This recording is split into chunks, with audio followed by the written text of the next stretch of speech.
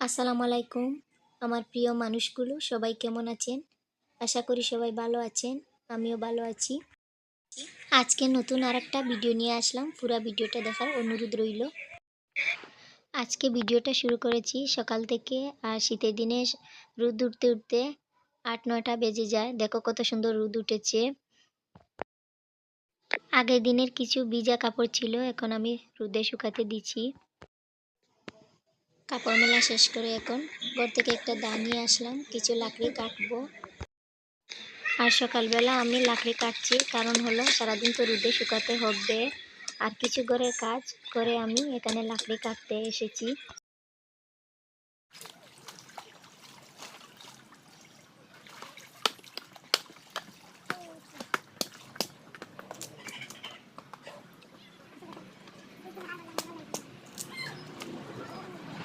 আর আমার প্রিয় আপু ভাইদেরকে বলছি, দেশ এবং বিদেশ যে যেখান থেকে আমার এই ভিডিওটা দেখছেন, আমার ভিডিওতে একটা লাইক দিয়ে আর আমার চ্যানেলটাকে সাবস্ক্রাইব করে ছোটো বোনের পাশে থাকবেন।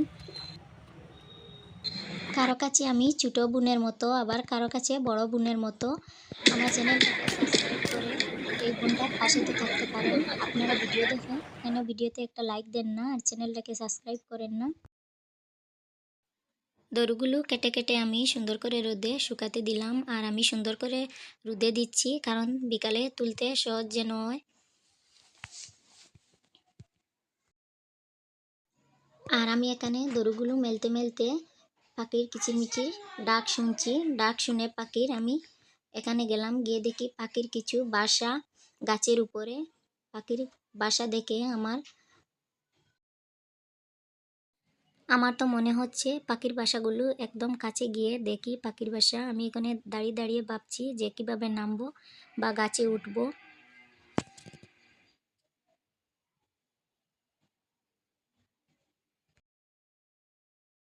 আর এই যে দেখতে পাচ্ছ কত সুন্দর একটা জায়গা, ছন আছে চারিদিকে, মনে হচ্ছে এখানে সারাদিন বসে থাকি। বসে থাকলে তো আর হবে না, ঘরে কত কাজ করতে হবে, কত কাজ পড়ে রয়েছে।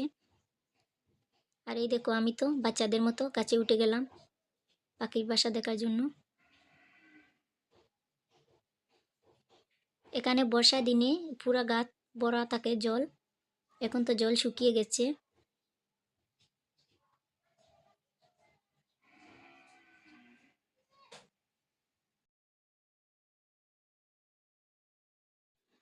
আমার এই গ্রামের সাধারণ জীবন ভিডিও দেখে আপনাদের কেমন লাগছে আমাকে কমেন্ট করে বলে দিও। আপনাদের কমেন্টসগুলো পড়লে আমার খুব বেশি ভালো লাগে।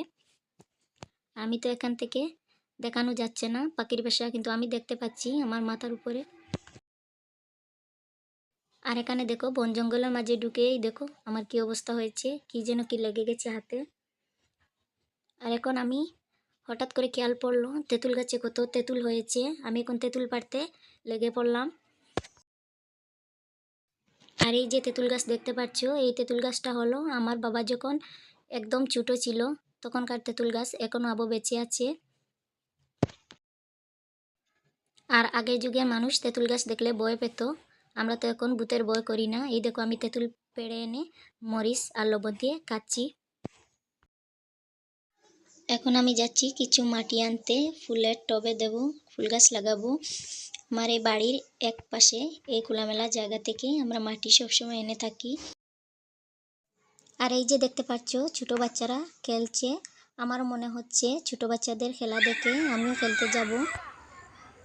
আমার তো বাচ্চাদের খেলা দেখে আমার ফেলে আসা দিনগুলোর কথা খুব মনে পড়ছে। আমি তো গ্রামের মেয়ে, এরকম করে আমরা ছোটোবেলা খেলাধুলা করতাম। আর আমার মেয়ে তো বাচ্চাদের খেলা দেখে এখানে দৌড়ে দৌড়ে গেছে বাচ্চাদের সাথে খেলতে। আমি এখন কিছু মাটি বললাম বাড়িতে নেব।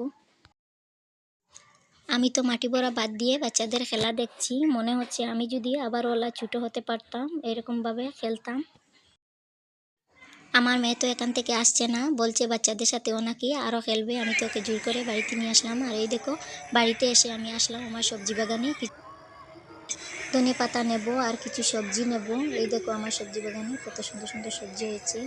এই দেখো রাশির বীজ লাগিয়েছিলাম, এখন কিছুটা পেকে গেছে আর কিছুটা ফুল ধরে আছে। চারিদিকে সবুজ ছিল কয়েকদিন আগে, এখন পাতাটা লাল লাল হয়ে গেছে। এখন রাত হয়ে গেছে, ঘরের সবাই বলছে খিচুড়ি খাবে। আমি এখন খিচুড়ি বানাচ্ছি।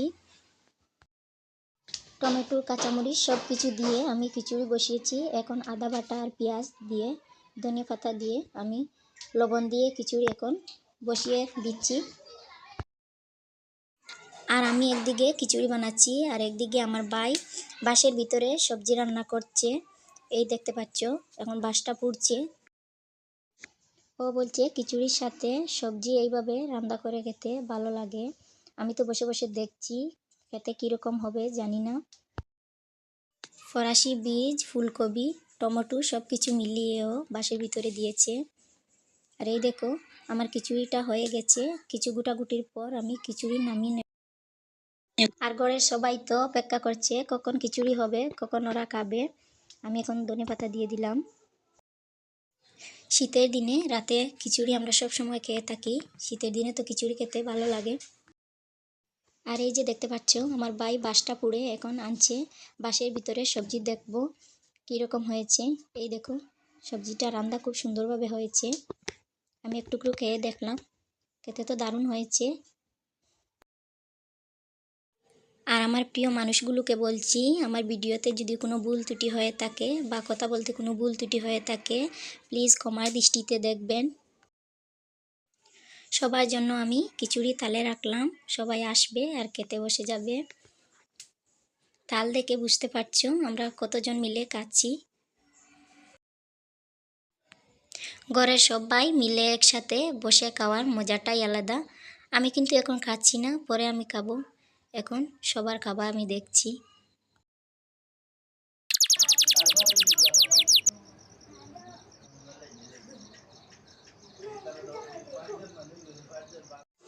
সারাদিন খুঁটিনাটি কাজ নিয়ে ব্যস্ত ছিলাম, সময় পাইনি। এখন দেখো রাত্রে আমি মরিচের চারা লাগাচ্ছি। আর এনে তো মাটি রেডি করে রেখেছিলাম,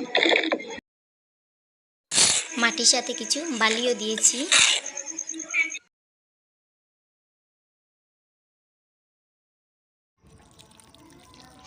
আর যারা কষ্ট করে আমার ভিডিও এতক্ষণ পর্যন্ত দেখেছেন, তাদেরকে বলছি অসংখ্য ধন্যবাদ আর ভালোবাসা। আজকের ভিডিও এই পর্যন্ত, দেখা হবে পরবর্তী কোনো ভিডিওতে। সবাই ভালো থাকবেন, আল্লাহ হাফিজ।